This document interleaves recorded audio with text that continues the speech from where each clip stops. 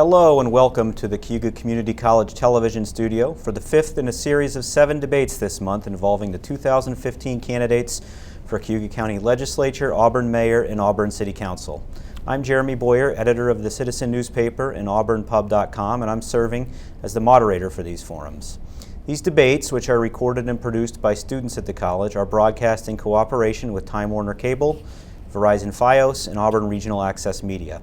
They are also posted for viewing anytime at the auburnpub.com website. Today's program is the final one involving contested races for the Cayuga County Legislature this year. It features the candidates in the race for Cayuga County Legislature District 14, the Auburn district that covers much of the southwest section of the city. The candidates in that district this year may be familiar to voters because they're the same two who ran 4 years ago. Incumbent Michael Didio, who is running on the Republican, Conservative, Independents, and Reform Party lines, won this seat by a narrow margin in the 2011 election. The man he defeated that year is back for another try. Dominic Basile is running on the Democratic and Auburn ballot lines. The Cayuga County Legislature is a 15-person body that is currently comprised of 7 Republicans, 7 Democrats, and 1 Conservative, although Republicans hold the majority due to the weighted voting system that's in place for the legislature. The base yearly pay for a sitting county legislator is $10,100. Under the rules for these debates, the candidates will be given 2 minutes for an opening statement, another 2 minutes for closing statements, and the initial answers to all their questions can also be 2 minutes, and rebuttals are then allowed for 1 minute each. The candidates earlier took part in a coin toss to determine the order in which they'll give their statements, and as a result, we'll start tonight's program with Mr. Didio. Mr. Didio, welcome. Thank you.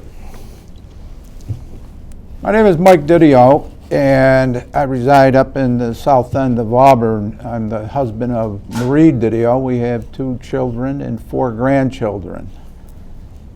I began my interest roughly 20 years ago in researching the problems around Owasco Lake here in Cayuga County. And I found that there's some assistance was needed with the local advocates, and I did become involved with those advocates till this day. And I'd like to interject one point that my 4 years ago, the totals showed a low margin of victory, but if you check 8 years ago, the margin was somewhere around 250 votes. So what I like to state is that I had to pick up over 250 to 275 votes to get to the point to be even with the Democratic candidate. So I did that, and with doing that, I am involved in several committees. I chair several lake committees. I chair committees that are connected to alcohol and substance abuse treatment and research. And I'm on the Community Service Board, which also right now is involved in some much needed research on heroin addiction. So what I'll close with that so we can get to the meat of the order. Thank you. All right, thank you. And Mr. Basile, you have 2 minutes yourself for an opening statement. Well, thank you. My name is Don Basile. I'm married to Loretta, my wife, for 41 years. We have 3 beautiful children. I have 2 grandchildren and 1 on the way. I've lived in the community 39 years.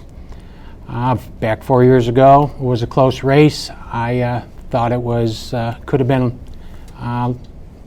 a little more for the Democrats to come out to vote. It wasn't a year that the Democrats came out to vote. I'm hoping this year they will come out to vote.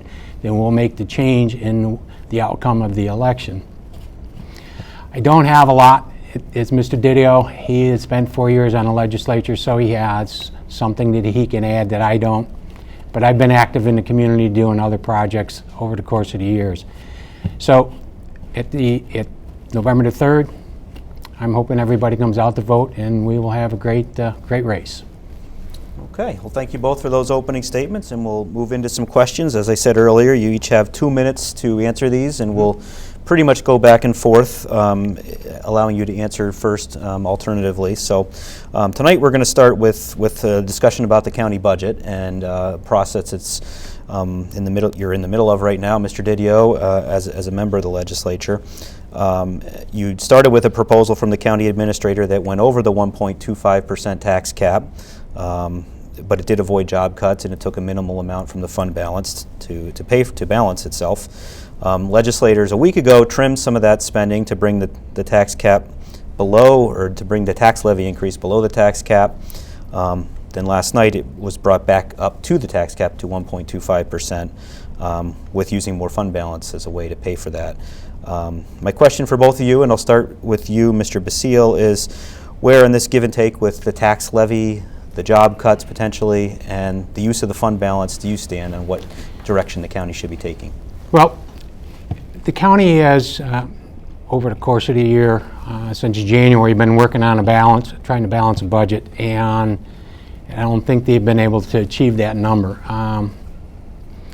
To take all the issues that have been brought up with the county executive manager, Ms. Sinclair, trying to balance the budget, it seems that what we're doing is we're working in negative numbers. The negative numbers, we can't keep borrowing money to pay for things. We need to address the issues. The issues are that we need to work within the tax cap if we can. Sometimes you can't work within the tax cap, you have to go over that number. But try to maintain yourself at that 1.25. But if you keep on borrowing from the balance fund, I remember back in 2011 when I ran, the balance fund was like 20 million. Now it's down to like 14.5 million. In 4 years, we've dropped $5 million. We keep on spending more money than we're making. We can't run that kind of negative balances. We have to be able to sustain our ways of doing business, and our ways of doing business is we need to address the issues that are taking the money that we can't balance our funds from. I think that we need to spend more time understanding what's going on in county government, working with all the department heads, and seeing that that we can come up with something that's equal for everyone, with the employees and the county and the taxpayers. So at the end of the day, it's not costing taxpayers more money. They can see that they're getting something, trying to balance the budget without exceeding it. Okay, and Mr. Didio, you have 2 minutes on the budget as it's standing. Our county administrator has put together throughout the course of the year several ideas for budgets. And most of the legislature has requested back in January that we needed some quick numbers right away so we could formulate at least 3 years down the road budgets that would show less spending, less borrowing, and less of everything. And one of the ways that we have discussed is the coming together of the department heads. And most people do not know that there's committee meetings going on weekly. And throughout this whole year, the consensus of the legislature was and still is to coordinate these things, going with ideas from the department heads. If anyone that attended last night's meeting, there was a difficult time for the legislators because of the fact that there wasn't information that appeared not coming from the department heads. Most of it was from the county administrator. But as far as the 1.25, we have many legislators that feel confident we could stay at the 1.25 or below, and work with a marginal amount of the fund balance. And we have enough in the fund balance right now is close to $21 million. And it will continue to go up when the tax money, property tax money continues throughout November and December. we'll see even that, maybe a small amount of growth. So I'm very confident that we're going to hit that mark. Okay. Anything else there, Mr. Basile, on I fund do balance? have a question on the fund balance. And Mr. Duda, from what I understand, there is 14.5 million in the fund balance. You're saying there's 20 million in the fund balance. Maybe I misunderstood or when somebody was talking to me, but I believe that's what I'm told. We were around 13 million. We picked up $1 million because of closing the county nursing home. That brought us up to 14.5. That's what I'm told. All right, and going over the figures that I've been given at the beginning of 2015, those figures were looking like 13, 14 million. But they increase. The fund balance increases throughout the year. And that's why I'm using that $21 million figure. And I'm confident that that is a closer figure than 14 million. That 14 million is a little bit too low. Okay. Did have a question for you, Mr. Didio, with respect to last year's budget. The county legislature did vote as a whole, the majority voted to go over the tax cap, which has probably supplied some of that money that's put it at the fund balance where it is right now. You did vote against that budget, though. Looked back at that. Can you tell me why you voted that way, and what specific changes did you want to see that made you vote no?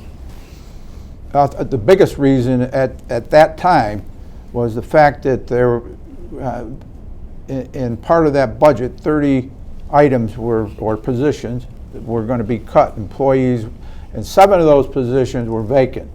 So I moved it down to 23, and we had something like 20 employees that were going to be cut out of that. That would have happened on December 18th. And if you do the figures and the numbers, you would see it's not too far away from Christmas. And personally, whether I have to take a stand or not, I wasn't going to do that. I'll do it in January if that's the fact. So that was just part of the reason. The other part of the reason is that we've been taxed to death, and the people don't want to be taxed to death. They tell me. And I don't just get calls from District 14 in the south end of Auburn. I get calls from all over the city and all over the county. So it's to me, some people were confused as to these cuts. There was a portion of some people that were it looked like they would be cut, but they're federally funded. So come January, it wouldn't have made a difference. They wouldn't have been cut. So that's the main reason. Just trying to clarify, I mean, you're saying that you were against job cuts, but then ultimately when they went over the tax cap levy to get rid of the job cuts, you were against that as well. So I'm trying to figure out. Well, I was, but I knew that those jobs would come back. Okay. That was the reason. Does that make sense? Sure. Okay. Mr. Basile, any thoughts on last year's budget and how that vote went down? Well, last year's budget was pretty close to the way it was formulated. We did exceed the cap. We did take money from the balance fund. We keep borrowing that way. If that's a way of doing business, I don't foresee us to keep existing, because every time you take money from that balance fund, you start losing your net worth, and basically that is your savings account. You need that to run the government and be able to get yourself bonded and things like that. So I think that they need to take a hard look at how we're doing it. Understood. Mr. Didio, you would like another minute? Yes. My thoughts on using the fund balance. All right. So with $21 million in the fund balance, I think there's more than enough in there to take a few dollars out. And a few, I mean, I don't think 1.3 million is a large sum, because the fund balance is used, and you hear this all the time, that it's used for a rainy day. Don't use the fund balance to balance the budget and so on and so forth. Well, I think it's storming out there. And I think that here is a bunch of money that could be used to a good cause to help the taxpayer. And I don't have a problem with touching that. It's not going to disrupt anything, because that money is going to slowly return depending on what the following year brings. So I'm confident that happens. Okay. Anything else? I just don't see it that way. I really don't. I can't see how you can be borrowing to pay your bills when you can't bring enough income in to support yourself. So it's just like any household. You need to be able to have the expenses, have the income side. Try to balance that. When you exceed your expenses from your income, then you have to figure out a plan, devise a plan that's going to be able to show that the taxpayers that you're doing your due diligence out there and trying to make things work without using excessive funds. That you're going to need them funds, trust me. We're going in a negative, we keep going negative each year, and if we keep taking from the balance fund and taking from the balance fund, sooner or later, you're not going to have any worth left in your savings account. All right, one more round on the fund balance. Go ahead, Mr. Okay. Didio. If you take a look at the funds that the county has, the county is not in trouble. They're not going bankrupt. They're not running down the road trying to borrow from Peter to pay Paul. The fund balance was established for a reason. And the reason is not to let it sit there. And we're not borrowing from the fund balance. We're using that money that we saved, I'm saying we, the county, saved to use it when we need it. And this is when we need it. Okay. Disagree. All right. Leave it at that? Leave it at that. All right, we'll move on to it kind of leads into my next question, because there have been talks about certain cuts that could be made in spending at the county level. One area that came up last week that did get cut to a certain degree, and some legislators would have liked to have seen more, is for the Cayuga County Soil and Water District that the county supplies funding to. My question for both of you, and we'll start with Mr. Basile, is do you support a cut to the Cayuga County Soil and Water District? To be honest, no, I don't, Jeremy, because I think that they play an important role in Cayuga County. They manage big parts of the county, from soil, from the agricultural side, and water, and maintaining our waterways in Cayuga County. To take that money out of that, it could just jeopardize some overseeing that they're doing, and they do some great things for the county. To just keep cutting their budgets out, I think you're doing a disjustice to the community, because I think they have a role, and I think they could keep the county in the position where they know what's going on, from whether it's the water or the soil, from agricultural. And Mr. Didio, your position on cutting the Soil and Water District? Soil and Water. Soil and Water, directed by Doug Kears. Over the last 2 years, anyway, I've been involved with some of his projects, some of the soil and water projects, and just the general way that he accomplishes what he sets out to do.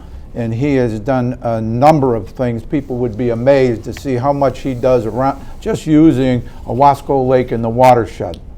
I was amazed when I first met him, and I still, each day I'm with him, that's what I experience. So the take on this is that we give, and if you look at what he has, $600,000 to maybe $700,000, and if you look at the next closest county, their soil and water may range around $300,000. All right, so we don't want to give him any more money. We want him to work it off with the grants and the things that he gets. The thing is that he does so much that he's either saving us a ton of money, or he's bringing in a ton of money.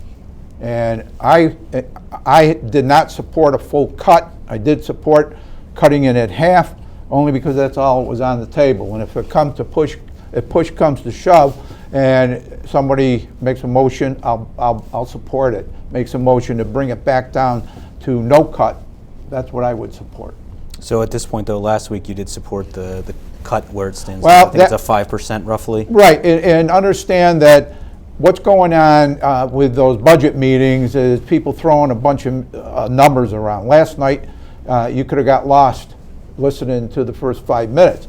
So my thing is that When we get down to next month and we get closer and we see what we can do with that, the lowest amount of money that we could cut from him, if it's zero, I support it. Okay. Anything else on that, Mr. Basile? No? Okay. Fine with it. Another cut that came up last week, or last night I should say, is the Sheriff's Boat Patrol, which one legislator brought up as a potential area that he felt isn't necessarily something that is terribly needed. My question for both of you is, would you support eliminating that service from our county budget? We'll start with Mr. Basile on that one. Or I'm sorry, we'll start with Mr. Didio on that one. Absolutely not. That boat patrol is out there for a reason. You heard the sheriff, David Gould, state that they're out there to protect the people. And I'm disappointed in some of the legislators bringing up the fact that they don't do anything. People tell them that they don't do anything. I've been on that lake 5 to 6 days a week during the summer months. I've been helped by that crew that's out there, and there's no way I would want to go on the lake without some type of security, and they're some of the best around. You know, if you speak to Seneca County, they wouldn't know what to do if they didn't have Cayuga County boaters, the sheriff department coming in to assist. So no, I wouldn't support anything that anyone could bring up to take that away. Mr. Basile on the boat patrol? Well, last night listening to Dave and Mr. Gould talk, Sheriff Gould, he explained the efficiencies that the patrol does out on the lakes, whether it's Owasco, Cayuga Lake, or Lake Ontario. They all have a part of securing the shorelines and the waterways. You definitely have to have them. They're just there. They're not just there is an awareness. They're out there patrolling, making sure that everybody's abiding by the rules and the regulations. And I have to agree that it was not something that should have been turned down by the legislature. I think it's something that's needed for public safety and awareness on the lakes. Okay. I would say that I'm not too sure how the press receives information from the sheriff's office, but I would think that they would send in maybe additional information to show what the duties of these deputies that are on the lake and their responsibilities. That might be one way to get that information out to the public, that they're out there for them. And that would be a good point to begin with anyway.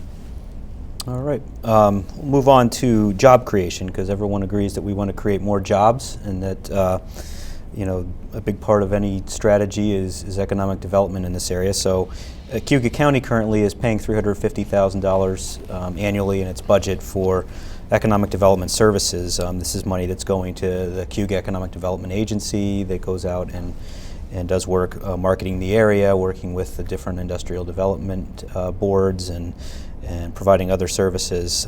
My question for both of you, and we'll start with Mr. Basile, is can you just evaluate the value that the county is getting out of this $350,000 in economic development? Do you think it's a good program that they should continue funding at that level? I believe it should be. Andrew Fish has done a great job under the current program. He and his committee and his workers have gone out trying to secure companies to come into the community, whether it's industrial-based or could be just about anything that would fall under the industrial development programs. CETA does a great job. That $350 that is used, it's used for many things, for many resources that they have to do. They need it to be competitive out there, and it's a very competitive world. In today's marketplace, to bring industry and jobs into the county is tough. We're kind of lucky that we have companies like Nucor, Hammond and Irving, companies like this that have been staples in this community for a long time. We need to utilize some of that money to maintain these people into the Auburn area. It's sad and saddened that I met a woman on my campaign trail who was spent 28 years working for McQuay, and her job is terminated.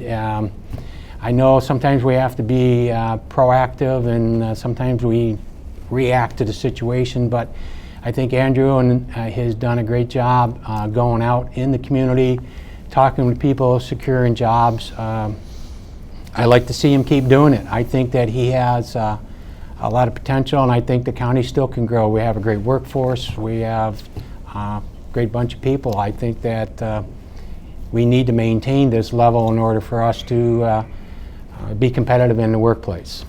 And Mr. Didio on economic development funding. I would begin to point out Andrew Fish, if you attended any of the planning committees or any of the committees where Andrew would get up and speak, he does point out a lot on figures, and some I can follow and some I can't, but that's okay because that's how he devises them. So that's a good thing. And the other thing is that aside from the big economic development moves out of the Cayuga marketing and some other unknowns that we're saying that they are coming in, and that's Andrew is good at that and his staff. But I think what he's better at is in the smaller businessmen that he takes care of and checks out. His staff checks on them on a regular basis, and that's why some of these, they're not that small. But when you have, I'll just get an example is, it's not small and it's not big, but the Plaza of the Arts, I mean, to work and bring something like that into the county, I think that's big.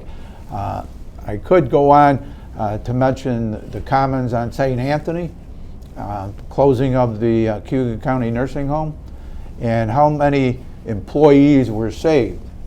And the county was totally responsible in the fact that we saved 400 positions, 400 jobs. And there's training done by Loretto for the new people coming in. So I think that's all around cooperation between Andrew Fish and the Zeta and the county itself. Okay. I think one of you earlier did mention the heroin problem that, the drug abuse problem that's been ravaging the community really, and we're asking candidates really a basic question, which is what can a legislator do to help, and what would you try to do if you were successful in winning this election? We'll start with Mr. Didio on that question. Yeah. Well, what the legislators could do is take advantage of the prevention part of this thing, which most people are going to agree that it is a monster, and we need education. And the legislators need to be educated, because they don't know when a person points the finger at them and says, hey, you're a legislator from Cayuga County, I want to put a building up over. Why don't you put a building up over here and put a treatment center in there? We'll take it in 2 weeks. Well, we know the people that do know some things on the addiction side will know that that's next to an impossibility. It's not realistic. But you can't tell the mother of a kid that died that particular type of an answer. With the education, the prevention, comes the treatment centers, the halfway houses, the crisis centers, things of that nature. And the public needs to do more. If you were around a couple of Saturdays ago, downtown Auburn, near City Hall, and the people that were there, that's enough people to generate a whole lot. And everyone that was up there that spoke stated that they realize what the problem is, and they realize what needs to be done. So we need those people like Kevin Jones. He's going to coordinate this with a lot of people. He started out with he and his wife, and now he must have 100 people just on his staff alone, and that's moving forward. So we may not see a crisis center today, but we might see it tomorrow or next week. And I'm, again, confident that that's going to happen because we have too many people working on this thing. And Mr. Basile, your thoughts on what a legislator could do? Well, back 2 weeks ago when I was down at when they had the kickoff for the campaign for the the drug abuse substance there. I looked at the wall and I recognized 3 faces on the wall. It's a shame to see these young kids fall into this disease, what it is. And it doesn't make a difference who you are or what you are. It's an addiction. These addictions, these people need help. They do need crisis centers. We need to get this going. We can't waste a lot of time. There's more and more kids falling every day to this problem, and there's adults falling to it too, so it doesn't make any difference. I just think that we need to have the community involvement in it, and if you were there 2 weeks ago, there was a strong community involvement. And I think the people realize that we have this problem. We can't turn our cheeks on it, we can't walk away from it, we have to address it. We need to do it now, because each and every day there's another one that becomes a victim. Okay, and Mr. Didio, you would like another minute? Yes, I'm the chair of the local Alcohol and Substance Abuse Committee, subcommittee of the Community Service Board. But let me go back about 32 and a half, almost 33 years ago. I've been involved in chemical dependency ever since. And 30 years ago, I experienced a death. The needle is in the arm. 30 years ago, they had a vigil for this guy. I say kid, but he was 30 years old at the time. So what happened was that the vigil was held, and it was like 7 people there. And 3 of them were of the professional status, if you want to call it professional status. So we've come a long way. I don't want to say it's going to take 30 years, but I'm afraid it's going to take a little bit longer.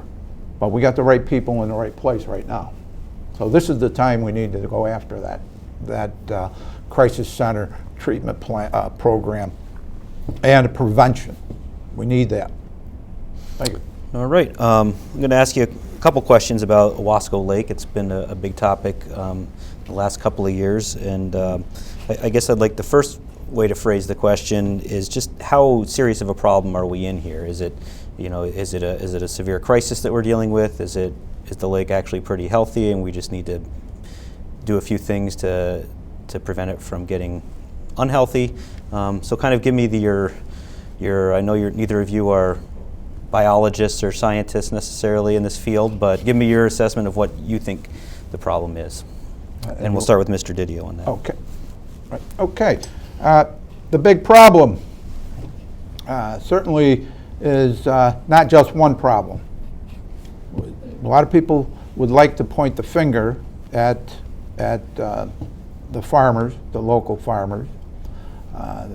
They're not so sure if they can point the finger at the residents of the watershed, the Owasco Lake watershed.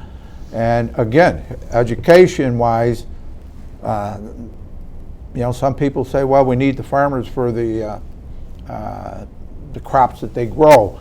And I'm not questioning the growing of crop and the food that comes out of a farmer's area. What I'm questioning is that we need to slow down the manure going into the lake to slow down the phosphorus, and that's what's causing most of what you see of the blue-green algae and the algae and the mud. We need to slow it down, no matter what. But you go around the watershed, you go around the lake, and what you're going to see is that a lot of residents around the lake are using pesticides, throwing garbage. It drives me crazy when I see on a Monday morning coming off of the Bay of Pigs off of Deauville with how many party boats that are out there, and then the garbage that is on the shoreline. So we do pick that up. We're making progress with that, but there just needs to be so much more done. This isn't going to happen overnight. Again, it's another area. And how serious is it? We've got some blue-green algae toxins that were found to be toxic knocking at the doors of our filtration plant. Fortunately, on the other end and through the treatment plant, they've been registering 0. So we're confident that that part of it hasn't happened yet. And some people do believe that's not enough. That's not enough. So we just have to, there's just so much involved in here. We have to have more people involved. Mr. Basile, your thoughts on the severity of the problem at Owasco Lake? I think there is a major problem, major concern for all of us. The problem that I see is it's just not on Owasco Lake, it's on Lake Como, it's on Cayuga Lake. It's a growing concern for all the lakes. I think what we need to do is we need to figure out the problem, the sources, where they're coming from, address the sources, and make sure that there's an understanding. Everybody needs to understand that in order for Auburn to survive, the community to survive, the lake is a vital part of our survival. Without our lake water, we'll be buying water from Onondaga County or wherever we're going to be able to buy it from if we can't use our lake. These algae problems aren't the only problems. We've had problems over the years with the lake. We had problem with chlorophyll problems back over the years. It always seems when the summer comes, when people want to use the beaches, they're closed down or there's a problem on the water. We need to address these issues. We need to address them now. We need to get involvement from other people, whether it's the EPA or the DEC, whoever, the county. Maybe the city needs to get involved. We need to have a total involvement. Everybody needs to know that in order for us to survive, the lake has to have a clean bill of health. You have another Yes, comment to make for one minute? Yeah, we have several advocacy groups around that are connected to the lake, and especially with the problems that are going on now. And what we're doing, a couple of the groups are educating with folders and things like that and going door to door. And we're beginning with the residents around the lake. And that is shown to be of some help. And people that are familiar with and I'm not saying the Owasco Watershed Lake Association is the answer. I'm just saying that the numbers are beginning to increase. And that is we know that the people are being educated. So there's the beginning. The other piece is, and I just wanted to bring this out, I wanted to show you this because I keep this close to my heart most of the time. The first point on this card that I use during this campaign states, dedicated to improving the quality of our Owasco Lake. It's our drinking water, and without the drinking water, I don't really have to worry about the budget. Okay. Well, thank you. We've got time for a couple more questions. One I'd like to get to both of you. We'll start with Mr. Basile. You've both been out knocking on doors, I'm sure, and you live in your districts, obviously, so you know what people are concerned about over there. And I'd like to ask you what in the district itself, in the neighborhoods of that part of the city, what are the main concerns with county government that are coming up? And I'll ask that to Mr. Basile first. Well, walking the streets, talking to people,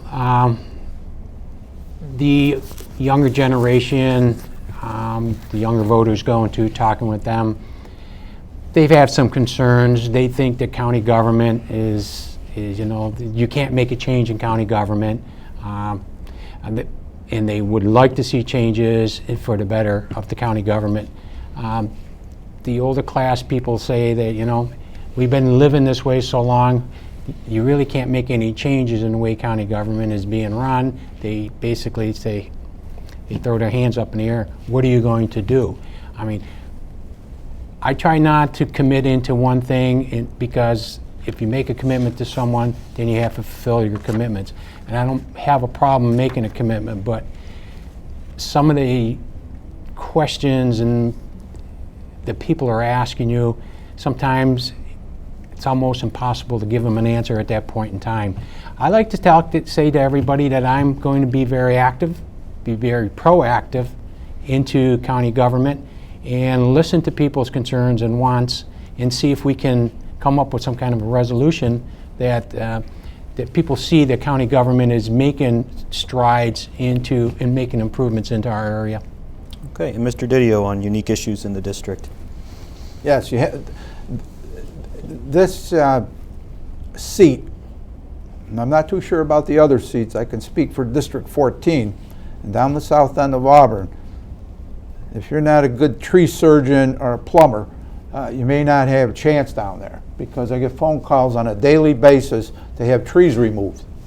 And that's okay because it's taken me 4 years to figure out a system to appease the people that need to have trees that are to be removed that are rotted, number one, and the sewage backup. My telephone number is out there, and it's used by many people in that district.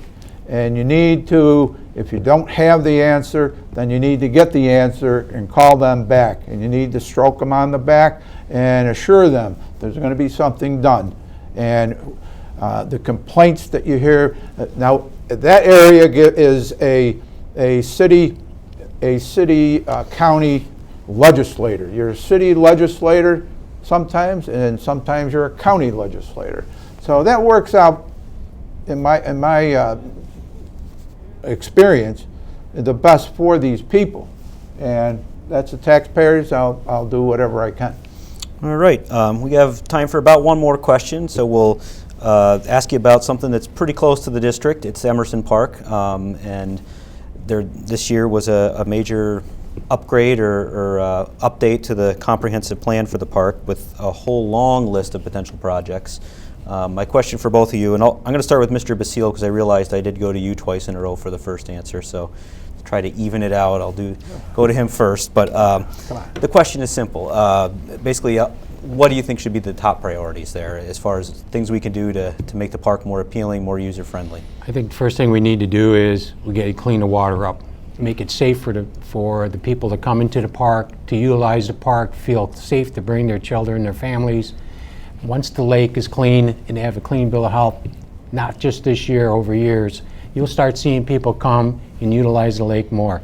The plans that the county has, there's some great plans there. I think you have to take some steps to grow to that position. First you need to do is get the water clean. Once the water's clean, if everybody feels safe, the park should be able to survive itself. Mr. Didio on improvements at the park.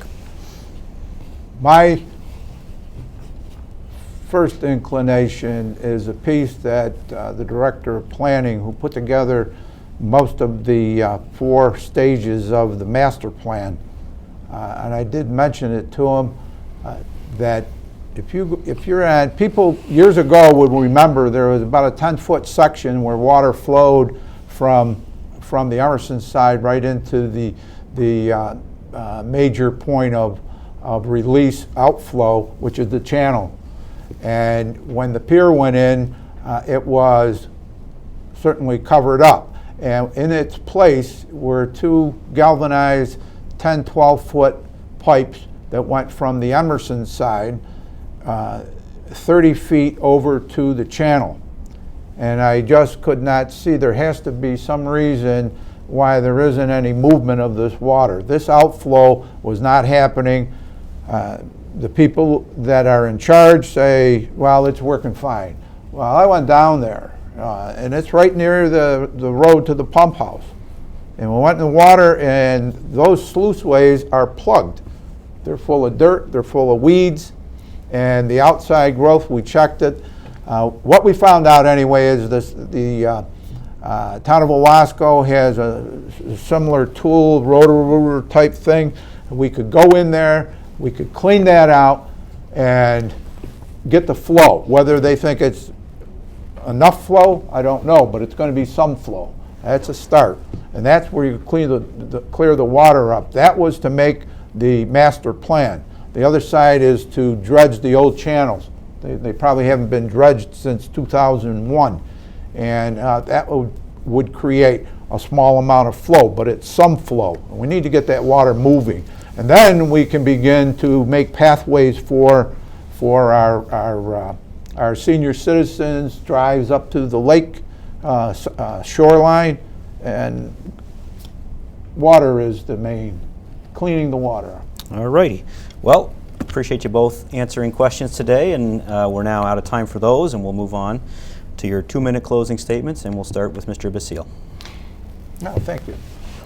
I feel honored to be here. No, Mr. Basile. Oh, okay, I can't. Sorry. You got to speak in that. No problem. Mr. Basile, you're on. Well, thank 2 you. minutes. Listen, on November the 3rd, I'm asking each and every one for their support. It's been decades of Republican reign here at the county legislature. We've had year after year after year. We've had problems with balancing budgets over the years. We've had issues in how government's running. We don't seem to have any plans, no short-term goals, no long-term goals. We need to put these all in effect. I think that if we're going to survive as a democratic organization of our group of people that are running this November, we need all the support from everybody. Because for the last 30, 40 years, the Republican reign has been running, and we haven't been going very far of what I can see.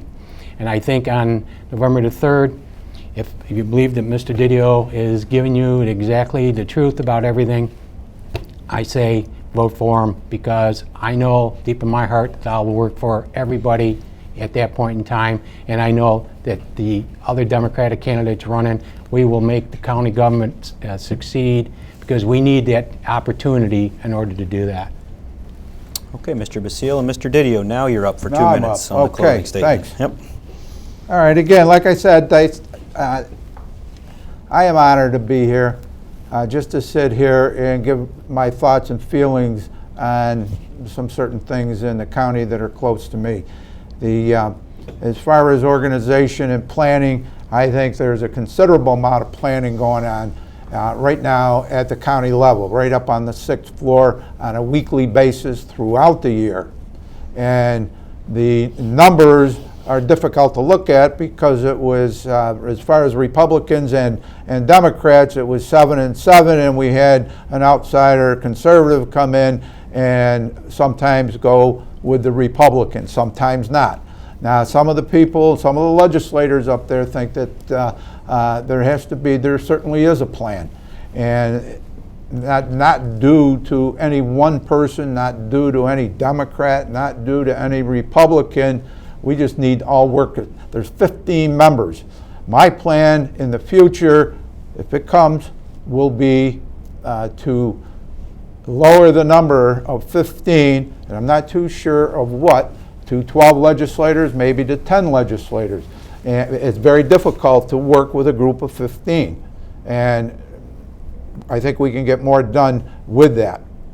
And with that being said, I would have to say that end it with the eutrophication of the Owasco Lake has affected the mental health and the physical health and the spiritual health of everyone involved in living in the area, the people in the watershed, the people at the other end of the county, and we need to come together.